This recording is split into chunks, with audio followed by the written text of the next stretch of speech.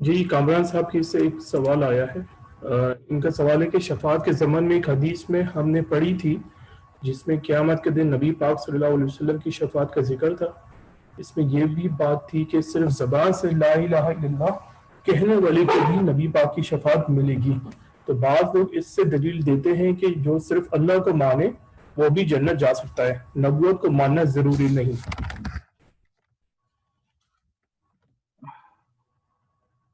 نبوت کو ماننا ضروری نہیں؟ جی نبوت کو ماننا ضروری نہیں، صرف اللہ کو ماننا ہی پہ بھی ایمان کمپلیٹ ہو جاتا ہے، ایسا تو نہیں ہے جو بھی ہم نے پڑھا۔ جی نہیں ایسی بات نہیں، اصل بات تو وہ یعنی وہاں وہ انڈرسٹوڈ بات ہے نا، یعنی بعض امپلائڈ ہوتی ہیں باتیں، یعنی جس نے لا الہ الا اللہ کہا ہو اس میں ذکر تو یہی ہے، لیکن بات وہی ہے کہ محمد رسول اللہ صلی اللہ علیہ وسلم تو اس کے ساتھ ہی شامل ہے۔ اللہ کو ماننے کا مطلب ہے کہ اللہ کے رسول کو بھی ماننا، اور جو اللہ کے رسول صلی اللہ علیہ وسلم کو نہیں مانتا وہ اللہ کو بھی نہیں مانتا، ٹھیک ہے۔ تو یہ تو ایک جزو لا ينفك ہے۔ تو حدیث کے اندر جب بھی کوئی بات اس طرح ہوتی ہے نا تو اس میں کچھ چیزیں امپلائڈ ہوتی ہیں، یعنی وہ انڈرسٹوڈ ہوتی ہیں آلریڈی، اس کو اسپیسیفکلی بیان کرنا ضروری نہیں ہوتا۔ یعنی اس لیے کہا جاتا ہے نا کہ اگر اسپیسیفکلی کہہ دیا جائے کہ یہ کرنا ضروری نہیں ہے تو پھر وہ بات اسٹیبلش ہوتی ہے۔ اگر کہیں پہ کسی حدیث میں ایسی بات ہو کہ صرف لا الہ الا اللہ کہنے سے اور یعنی صرف اللہ کو ماننے سے اور رسول اللہ صلی اللہ علیہ وسلم کو مانے بغیر بھی جنت جایا جا سکتا ہے، اگر ایسی کچھ اسپیسیفائی کر دیا جائے کہیں پہ تو پھر اس کو کنسیڈر کیا جاتا ہے، ورنہ یہ امپلائڈ ہوتی ہے، یعنی انڈرسٹوڈ بات ہوتی ہے۔ ایسی بات نہیں، بالکل وہ جو بھی ایمانیات ہیں ان کو سب کو ماننا ضروری ہے، ورنہ دار اسلام میں نہیں ہے، ورنہ مسلمان نہیں ہے تو پھر وہ کیسے جائے گا جنت۔ جزاک اللہ خیر۔ ایک اور سوال ہے کہ وسیلے سے کیا مراد ہے؟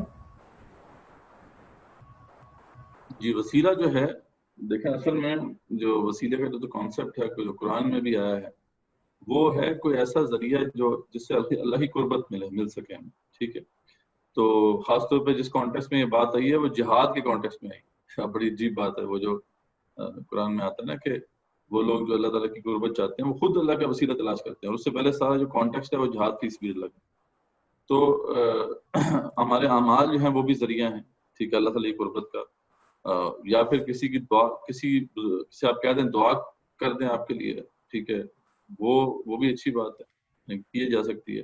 لیکن یہاں پہ جو وسیلے کا مطلب دیا جاتا ہے کہ وہ کوئی بیچ میں مطلب کوئی اور شخص ہے جس کو ڈالیں گے تو پھر دعا قبول ہوگی، یا جو ہے جو معاملات آگے یعنی قربت نصیب ہوگی، تو یہ تصور جو ہے یہ نہ تو قرآن سے ثابت ہے نہ صحیح حدیث سے ثابت ہے۔ تو یعنی اس بات کو سمجھنا چاہیے کہ یہ وسیلہ جو ہے وہ کوئی ذریعہ ہے، اور وہ ذرائع اللہ نے بیان کر دیے ہیں۔ آپ میری جو ہے بالکل تفصیل سے بیان کرتی ہیں، حدیث میں بھی واضح ہے، تو وہ ذرائع موجود ان کے ذریعے سے قربت حاصل کی جا سکتی ہے، وہ بس وہ اسے وسیلہ کہتے ہیں۔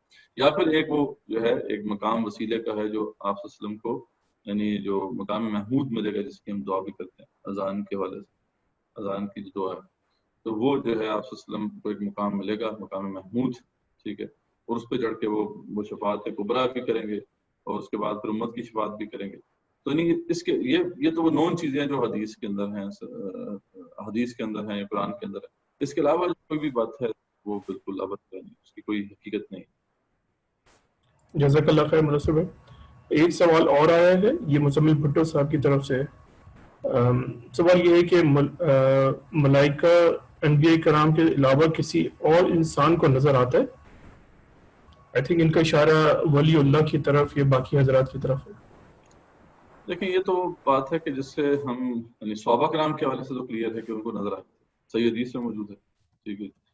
تو انس سے مروی ایک بڑی مشہور حدیث ہے کہ جب ہم نے جو ہے غزوہ بدر کے اندر جب کہا کہ جب میں نے کہا ایاک اعبد و ایاک استعین، تو میں نے اپنی آنکھوں سے فرشتوں کو اٹھتے دیکھا، اور بھی صحابہ کرام نے دیکھا۔ تو وہ کیونکہ آپ صلی اللہ علیہ وسلم کی قربت تھی ساتھ، تو اس لیے وہ اسپیشل ایک ارینجمنٹ تھی، ورنہ مطلب کوئی ایسی بات اپنی ظاہری آنکھوں سے دیکھ لینا یہ کبھی معلوم نہیں ہوا کہ کبھی کسی نے دیکھا کوئی، یعنی صحیح سند سے کوئی بات تو ثابت ہے نہیں۔ ہاں بزرگوں کے قصے تو ہیں، وہ تو آپ کو پتہ ہے، اس کی کوئی سند تو ہے کوئی نہیں۔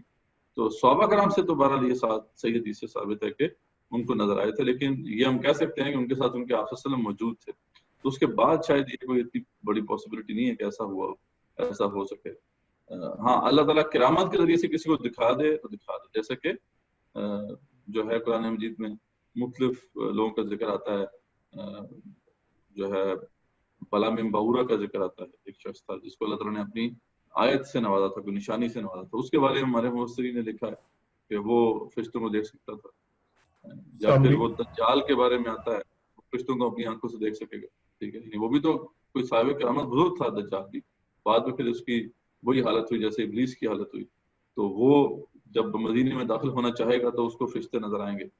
تو ایک بار یعنی کہ کوئی شاید کوئی ایسی اسپیسیفک کنڈیشن ہو جس میں کوئی مطلب کوئی ولی اللہ یا پھر اللہ تعالیٰ نے جس کو وہ عطا کیا ہو یہ ملکہ کہ وہ دیکھ سکے. اور جیسے سامری نے بھی دیکھ لیا تھا. سامری نے جو ہے جبرائیل علیہ السلام کو جو ہے دیکھا تھا، اس کے گھوڑے کے پاؤں کے نیچے سے اس نے مٹی اٹھائی تھی. سامری بہت پہنچا ہوا بزرگ تھا کوئی. تو ممکن تو ہے، یعنی ان واقعات کے تناظر میں آپ امیجن کر سکتے ہیں. یہ لیکن خاص اللہ تعالیٰ کا کوئی فضل ہو کسی کے اوپر تو معاملہ ہے، بڑی ریئر بات ہے، عام بات نہیں ہے کہ ایسی مطلب جیسے کہ لوگ جو ہیں پورٹرے کرتے ہیں، ایسی بات. جزاک اللہ خیر. مدثر بھائی ایک اور سوال آیا ہے، یہ مزمل بھٹو کی طرف سے، یہ صاحب کی طرف سے ہی ہے. یہ کہتے ہیں کہ ملائکہ کے بارے میں کوئی ایسی معلومات ہے کہ جن کے بارے میں ان کی عمر یا ان کا انتقال ہونا بھی پتہ چلے، معلوم ہو؟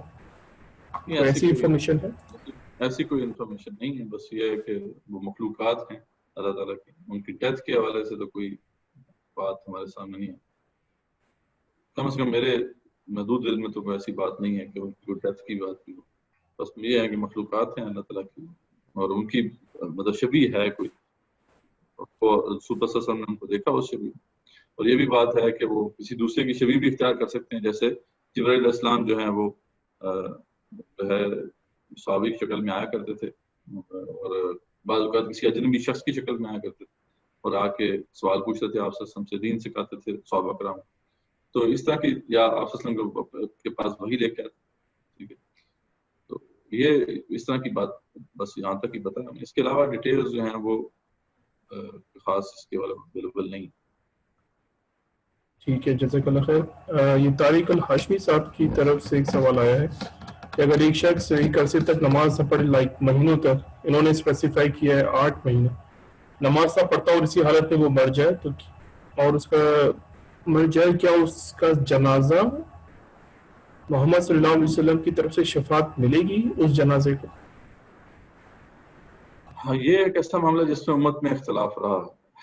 ہمارے جو 4 بڑے امام ہیں ان میں امام احمد بن حنبل کا تو یہی موقف ہے. وہ تو یہ کہتے ہیں کہ ایک نماز بھی کسی نے اگر جان بوجھ کے چھوڑ دی تو اس نے کفر کر دیا.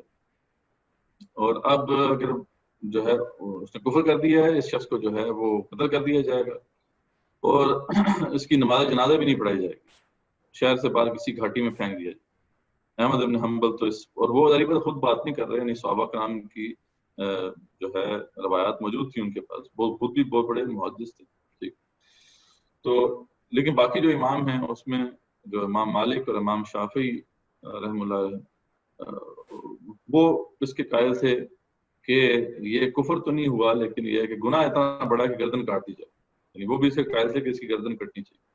صرف امام حنیفہ رحمۃ اللہ علیہ اس پہ تھوڑے لینین تھے. لینین بھی بس اتنے تھے کہ اس شخص کو جو ہے وہ جیل میں ڈالا جائے، اس کو مارا جائے، یعنی یا تو پھر وہ نماز کا عادی بن جائے یا پھر اسی حالت میں اس کو رکھا جائے. تو یعنی بہرحال اس کے اندر صرف کہنے سے اختلاف ہے. تو اگر وہ بندہ اتنے عرصے سے وہ نماز نہیں پڑھ رہا تو آیا اس کو اسی حالت میں مر جائے تو آیا اس کو وہ اس مسلمان بھی کنسیڈر ہوگا یا نہیں؟ یہ ایک ایسا معاملہ ہے جس میں جیسے میں نے آپ کو بتایا اختلاف رہا ہے. لیکن ایک بات ہم کہہ سکتے ہیں، اگر امام حنیفہ رحمۃ اللہ کا موقع دیا جائے کہ اگر تو اس نے شرک نہیں کیا، توحید پر ہے، تو اللہ سے امید رکھی جا سکتی ہے اللہ تعالیٰ اس کے لیے کوئی معاملہ کر دے. تو بہرحال اس کا جنازہ تو پڑھا جائے گا. احناف کے ہاں تو یہی ہے، امام مالک امام شافعی وغیرہ کے نزدیک کہ اس شخص کا جو ہے وہ جنازہ پڑھا جائے گا. ٹھیک ہے، امام احمد بن حنبل تو بہرحال اس پہ میں نے بتا دیا آپ کو ان کا موقف کیا. احتیاط رکھنی چاہیے، کچھ پتہ نہیں ذری بات ہے کہ یہ چیز بہت سخت ہے. ٹھیک ہے، جزاک اللہ خیر مدثر بھائی. اچھا، اب یہ جو چیٹ باکس ہے جو